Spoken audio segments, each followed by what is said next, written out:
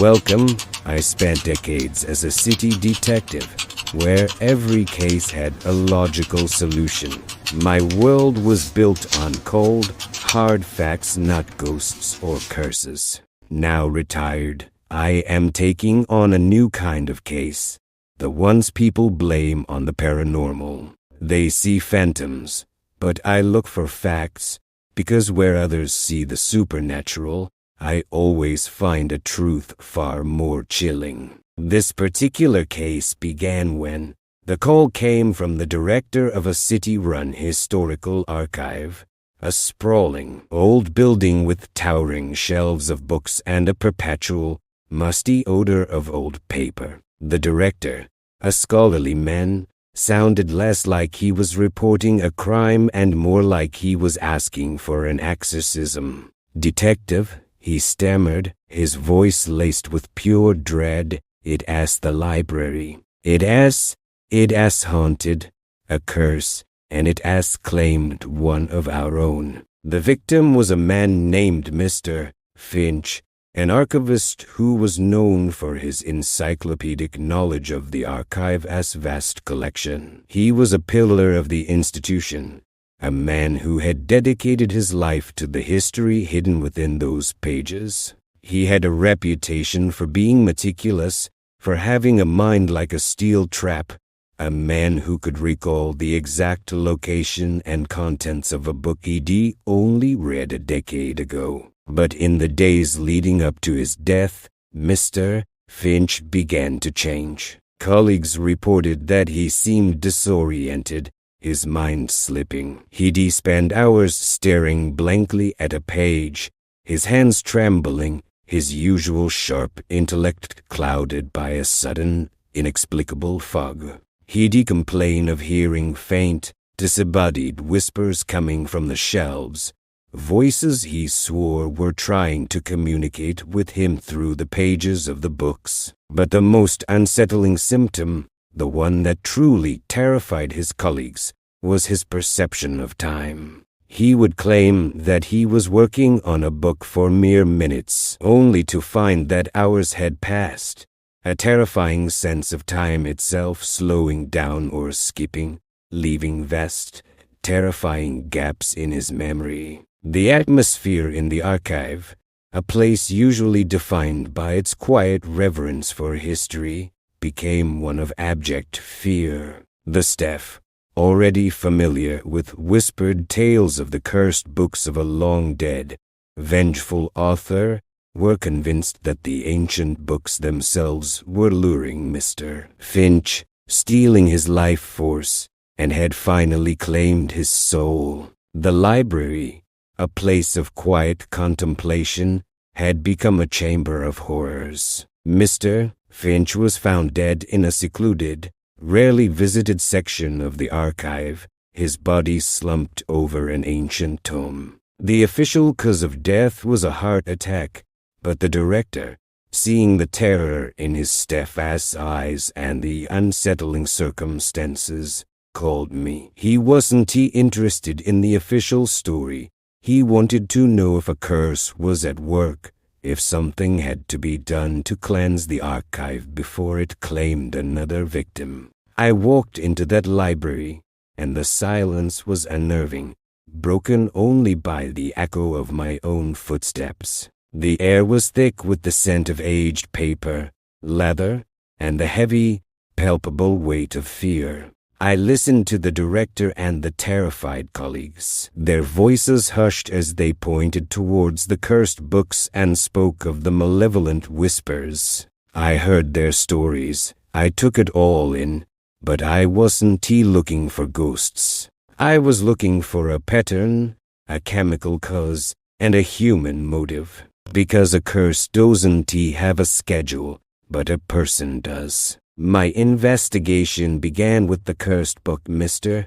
Finch was found with. It was an old, leather-bound volume on local flora and fauna, not a mystical grimoire or a forbidden text. It was a seemingly innocuous volume, but as I meticulously examined it, I noticed a subtle but distinct chemical odor, faint but acrid. that seemed to emanate not from the old pages themselves, but from a specific section of the text that Mr. Finch had been studying. This was not the smell of old paper. It was the smell of something else entirely. I also noticed that the pages, particularly the ones Mr. Finch had been studying in his last hours, had a faint, almost oily sheen, almost invisible unless the light hit it just right, that was not consistent with the natural oils from human hands. This was not the work of a curse. This was the work of a person with a plan. I then turned my attention to the staff. Mr. Finch was a beloved figure, but not universally. I discovered a deep, simmering rivalry between him and another archivist, a man named Harold. Harold was an aspiring historian, a man who had spent his life in Mr. Finch's shadow. Mr. Finch, with his encyclopedic knowledge, had often, albeit unintentionally, belittled Harold's work, rejecting his requests to access certain rare books and denying him credit for his research. Harold, I found, had a private collection of rare, obscure books himself, and a fascination with historical poisons and botanical studies, a hobby he had kept secret from everyone. He wasn't just a bitter colleague, he was a man with a clear, professional motive. He had a motive fueled by jealousy and professional resentment, and an expertise in the very subject matter of the cursed book. The pieces started snapping into place with chilling clarity. This wasn't a curse. This was a man, consumed by a need for revenge and professional recognition. Here's how it went down. Harold, driven by jealousy and a bitter desire to destroy Mr. Finch's reputation and take his place, had found a way to do it. He decided to do it not with brute force, but with a horrifyingly cynical plan that used the library's own atmosphere and a classic ghost story as a cover. Harold had spent months, maybe even years, meticulously crafting his plan. He had been researching rare, historical poisons and found his perfect solution in a forgotten botanical text, a compound derived from a specific,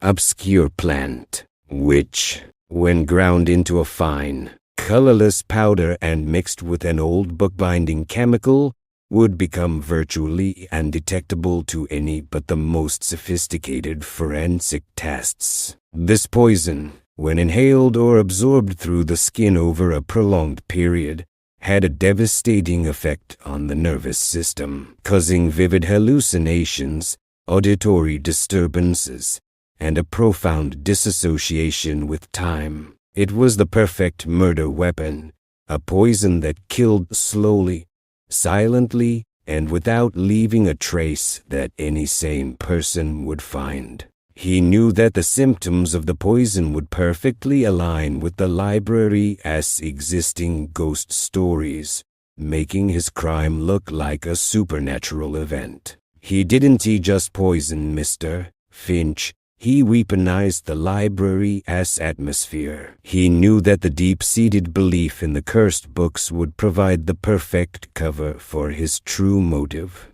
Using his knowledge of bookbinding and his privileged access to the archive, he had meticulously treated the pages of the specific book Mr. Finch was working on. He would secretly apply a fresh layer of the poison to the pages, knowing that Mr. Finch, with his habit of spending hours with a single tome, would be slowly but surely poisoned through his skin and by inhalation. The chemical odor was the faint smell of the poison. The oily sheen was the poison itself, a compound that, when absorbed, left behind a residue. His plan was brilliant in its cruelty. He knew that the poison would cause Mr. Finch to suffer from vivid, terrifying hallucinations. The whispers and the time distortion were not supernatural phenomena. They were the effects of the poison on Mr. Finch's mind, driving him to the very brink of madness before killing him. Harold, in his bitterness, would subtly guide Mr.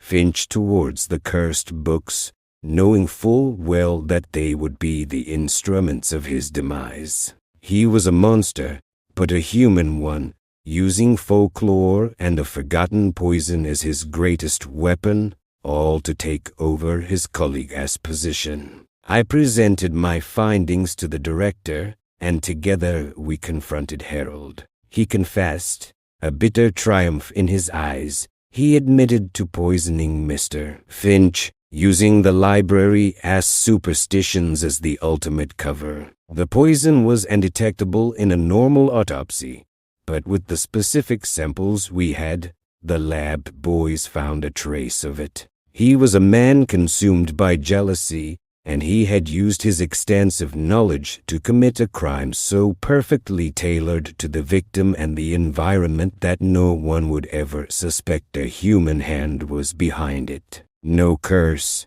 just a man, a grudge, and a forgotten poison. So, there you have it. No evil spirits, no curses, just a chilling case of human vengeance. This one showed me how easily a person can turn another's belief into a weapon. They want you to blame a ghost because the truth, a man consumed by a grudge, is far more terrifying.